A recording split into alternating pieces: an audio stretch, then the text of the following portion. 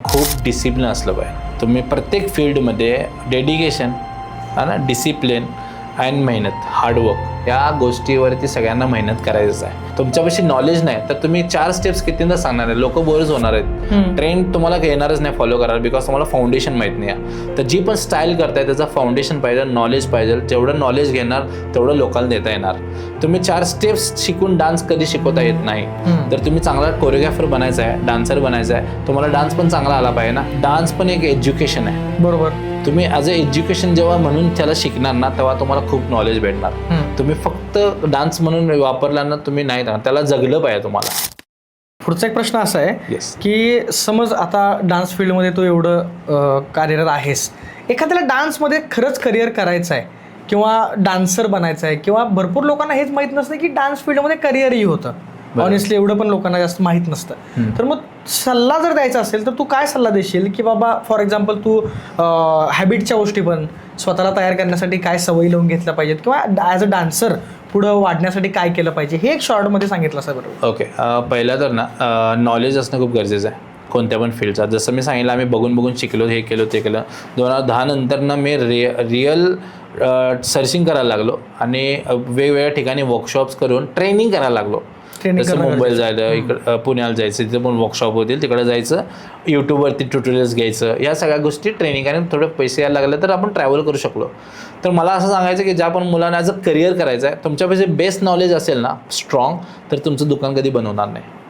तुमच्यापाशी नॉलेज नाही तर तुम्ही 4 स्टेप्स कितींदा सांगणार आहे, लोक बोरच होणार आहेत. ट्रेंड तुम्हाला येणारच नाही फॉलो करायला, बिकॉज तुम्हाला फाउंडेशन माहीत नाही आहे. तर जी पण स्टाईल करताय त्याचा फाउंडेशन पाहिजे, नॉलेज पाहिजे. जेवढं नॉलेज घेणार तेवढं लोकांना देता येणार. तुम्ही 4 स्टेप्स शिकून डान्स कधी शिकवता येत नाही. फक्त तुम्ही 4 वर्कशॉप करून तुम्हाला डान्स शिकवता येणार नाही. जोपर्यंत तुम्हाला प्रॉपर ABCD येत नाही, तुम्हाला प्रॉपर फाउंडेशन येत नाही. म्हणजे तुम्हाला फाउंडेशन आलं की तुम्हाला बेस बनवता येईल. तुम्हाला फाउंडेशन म्हणजे कोणता तर एक बेस शिकला ना तुम्ही, तर तुम्हाला त्याचा फायदा होणार नाही. तुम्हाला प्रॉपर फाउंडेशन शिकायचं त्या स्टाईलची. अशा प्रत्येक स्टाईल्स आहेत.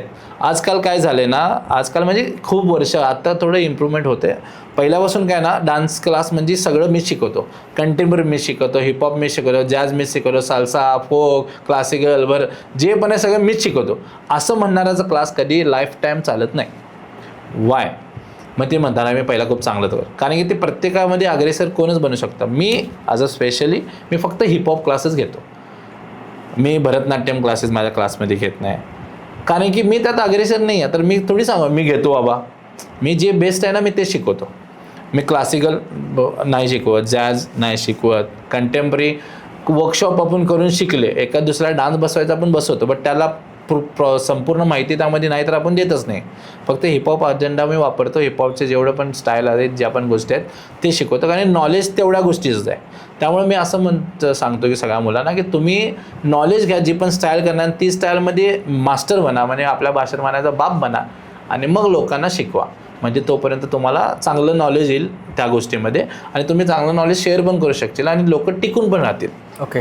आणि हॅबिटचा विषय म्हणजे काय विचारलं मी, ते पण तुला पहिला क्लिअर करतो की डान्स फील्डमध्ये लोक येतात जातात, पण ते जसं की आता आमचं प्रोडक्शन हाऊसमध्ये आम्ही शूट करताना आमच्याकडे कॅमेरा ही आमची प्रॉपर्टी आहे. बरोबर. तसं तुमच्या फील्डमध्ये तुमची प्रॉपर्टी हे तुमचं अंग आहे किंवा तुमचं टॅलेंट आहे. बरोबर. तर मग त्या डान्सर मुलाने जो या फील्डमध्ये करिअर करायचा प्रयत्न करणार आहे, त्याने हॅबिट काय केल्या पाहिजेत?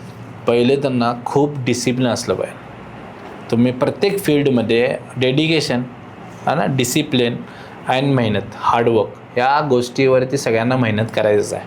कारण की तुम्ही ते केलं नाही, कारण की डेडिकेशन असेल तुमच्या आर्टबद्दल तर तुम्ही मेहनत करणार, हार्डवर्क करणार है ना, आणि डिसिप्लिन असल्याशिवाय त्या गोष्टी तुम्ही लाईफ टाईम घेऊ शकणार. असं होणार आहे मी 4 वर्षापूर्वी डान्स करत होतो, आता मी डान्स करत नाही. तर तुम्ही चांगला कोरिओग्राफर बनायचा आहे, डान्सर बनायचा आहे, तुम्हाला डान्स पण चांगला आला पाहिजे ना. खरं. त्यावेळेस तुम्ही त्याचे नुकसान तुम्ही सांगू शकता. बसून डान्स शिकवणं इज डिफरंट आणि करून दाखवणं डिफरंट, कारण करून दाखवणं त्यावर स्टुडंट्सना तुमच्या अजून चांगलं करू शकतो बसून सांगण्यापेक्षा पण. तर त्यासाठी तुम्हाला फिट ठेवलं पाहिजे. जर तुम्ही फिट राहिला, तुम्ही डिसिप्लिनमध्ये राहिला, तुम्ही नॉलेज घेत असाल आणि प्रत्येक टाईम टू टाईम तुम्ही नॉलेज म्हणजे टाईम संगत ट्रेंड संगत तुम्ही चेंज होत असेल, तर तुम्हाला म्हणजे खूप सारं गायडन्स मिळते त्याच्यामध्ये, आणि तुम्ही स्टुडंट्सला पण तेवढं चांगल्या प्रकारे सांगू शकता. आणि तुझ्या म्हणजे उत्तर द्यायचं म्हटलं की फिट राहिल्याशिवाय तर तुम्ही करून कसं दाखवणार. तुम्ही फ्लेक्झिबिलिटी पण पाहिजे तुमच्या बॉडी, स्ट्रेंथ पण पाहिजे तुमच्या बॉडीमध्ये, एनर्जी पण पाहिजे. या सगळ्या गोष्टीसाठी तुम्हाला मेहनत रेग्युलर करायचं आहे. डाएट करायचं आहे. डाएट म्हणजे काय, आता तुम्ही बाहेर उठला, काय पण खाल्ला, काय पण केला, नाही चालत. हे डान्सरचं असं असते, या डान्सरनं ॲज अ आर्टिस्टचं टाईम मिळत नाही, कधी पण टाईम स्विच होतो क्लायंटच्या हिशोबानं, स्टुडंटच्या हिशोबानं. तर तुम्हाला तरी पण मेंटेन करायचं आहे. बाहेरच्या वस्तू खायची नाही, हे सगळ्यांना माहीत आहे. लहानपणापासून सांगितलं जाते आपल्याला हे चांगली गोष्ट आहे, हे वाईट गोष्ट आहे. बट आपण जसं मोठं होतं ते ह्या गोष्टी विसरत जातो. वाईट गोष्ट. बट मी कधीच विसरला नाही. मी लहानपणापासून ते एथिक्स वापरतो, म्हणून डिसिप्लिनले आहे.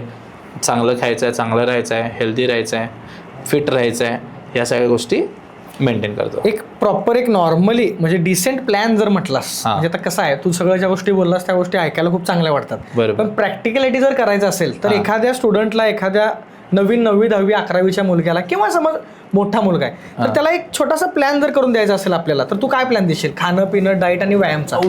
आता डिपेंड करतं ना की तुम्ही कोणती गोष्ट तुम्हाला इझी पडते, तुमचा अकॉर्डिंग टू टाइम. ओके, बरोबर. आता मला असं म्हणायचं आहे की ॲज अ डान्सबद्दल पण एकदा सांगतो, मग ते डिसिप्लिनमध्ये सांगतो की डान्समध्ये तुम्हाला जर करिअर करायचं, मग असा प्रश्न करायचा असेल तर डान्स पण एक एज्युकेशन आहे. बरोबर. तुम्ही ॲज अ एज्युकेशन जेव्हा म्हणून त्याला शिकणार ना, तेव्हा तुम्हाला खूप नॉलेज भेटणार. तुम्ही फक्त डान्स म्हणून वापरला ना, तुम्ही नाही, त्याला जगलं पाहिजे.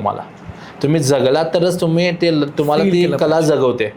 बरोबर ना. कला म्हणून जगण्यासाठी तुम्हाला कला आली पाहिजे, आणि ती कलाला पूर्ण तुम्हाला लाईफभर जगायचं आहे. तर मग स्टार्ट टू एंड, म्हणजे जसं आता मी प्रत्येक क्लासमध्ये डेली उदाहरण देतो की तुम्ही शाळेला जाता तेव्हा 8 ते 10 तास देता, त्यानंतर तुम्ही ट्युशनला वेगळा टाईम देता, मग दिवसाला 10 ते 12 तास तुम्ही तुमच्या त्या शिक्षणाला देता. आणि वयाची म्हणजे किती, पहिली 10वी आणि 15 म्हणजे 15 वर्ष देता, तेव्हा तुम्हाला जॉब लागते. बरोबर. तेव्हा तुम्हाला लाख रुपये, 1.5 लाख रुपये तुमच्या स्किलच्या हिशोबानं जे पण आहे तेव्हा हे लागतात. बरोबर. तुम्ही डान्सला देता किती वर्ष, हे पण महत्वाचं आहे. किती वर्ष देता, किती तास देता? दिवसांना 8 तास प्रॅक्टिस करताय? नाही करत. हे कुठल्याही फील्डसाठी ऍक्च्युली या डेफिनेटली तुम्हाला मास्टर बनायचं आहे ना, तर माझं सांगायचं, आम्ही पहिला दिवसांना 8ने 10ने आम्ही कधी टाईम बघायचं नाही. जेवण खाणं झोपणं ते मध्ये असणार. दिवसभर डान्स, जेवण खाणं झोपणं म्हणजे मधला ब्रेक आहे तो आमचा. आता इम्पॉर्टंट गोष्ट आहे ऍक्च्युली की कोणत्याही फील्डमध्ये आपल्याला जर अग्रेसर व्हायचं असेल तर आपण मेन तीच गोष्ट विसरतो की त्यासाठी आपल्यालाही प्रॅक्टिस केली पाहिजे. आणि करतच नाही रे. म्हणजे काय माहिती का, आजकाल तू 4 वर्कशॉप केला डान्सर झालास असं नाही होत. तुम्हाला जगलं पाहिजे. मी आत्ता सुद्धा जगतोय, आणि जे पण आहे मी आत्ता फक्त आणि फक्त डान्समुळे आहे. माझ्यापाशी 1 रुपया पण आहे ना, तो डान्समुळे आहे. कारण की मी ऑप्शनकडे ठेवणार. लोक बरेच जण म्हणतात, आणि हे सगळ्यात प्रत्येक डान्सरला विचारलेला प्रश्न आहे की जो पण वय तो पण डान्स करशील, त्यानंतर काय करणार तू? प्रत्येकाला विचारतोय डान्सरला. जो पण हातपाय सलामत आहेत तो पण डान्स करशील, त्यानंतर काय? त्यासाठी तुमच्यापाशी प्लॅनच नाही आहे. जे विचारतात ना, मला विचारायचं ना, एक कोणी पण तुम्हाला त्यांना म्हणणार की मला माहीत आहे माझे प्लॅन काय आहेत. मी 9वीमध्ये असताना लाईफचे 60 एज 70 एजपर्यंत सगळे प्लॅन लिहून ठेवलेत. त्या हिशोबानं जगतो, असं आहे मी. आणि त्या हिशोबानं कोणत्या एजमध्ये काय करायचं, एखादी प्लॅन सांगायचं म्हटलंस तर एक्झाम्पल प्लॅन म्हणजे मी जेव्हा 9वीला होतो ना, तेव्हा लिहिलं होतं की माझं वयाच्या 18व्या वर्षी ना माझा स्वतःचा क्लास असेल, त्यामध्ये काच असेल, मिरर असेल. ओके, असं डोक्यात होतं, बनवलं. त्यानंतर होतं की पुढे गेलं की मी माझ्या म्हणजे 18 वर्षांत मी गाडी घेणार, स्वतःची टू व्हीलर घेणार. 2 व्हीलर घेतली, ते पण पल्सर 220 घेतली स्वतःच्या पैशानं. बुलेट घेतली. या असं घर घ्यायचं, पहिला घर घ्यायचं, मग घर घेतलं. बाय द वे, ह्या सगळ्या गोष्टी ज्या आहेत ज्या रिअल लाईफमध्ये कोल्हापूरमध्ये करणं अचीव केलेल्या आहेत. कंटिन्यू या घर घ्यायचं, कार घ्यायचं, लग्न, हे या सगळ्या गोष्टी. स्वतःचा क्लास असला पाहिजे, स्वतःमध्ये एवढं सगळं खर्च करायचं, असा क्लास असणार.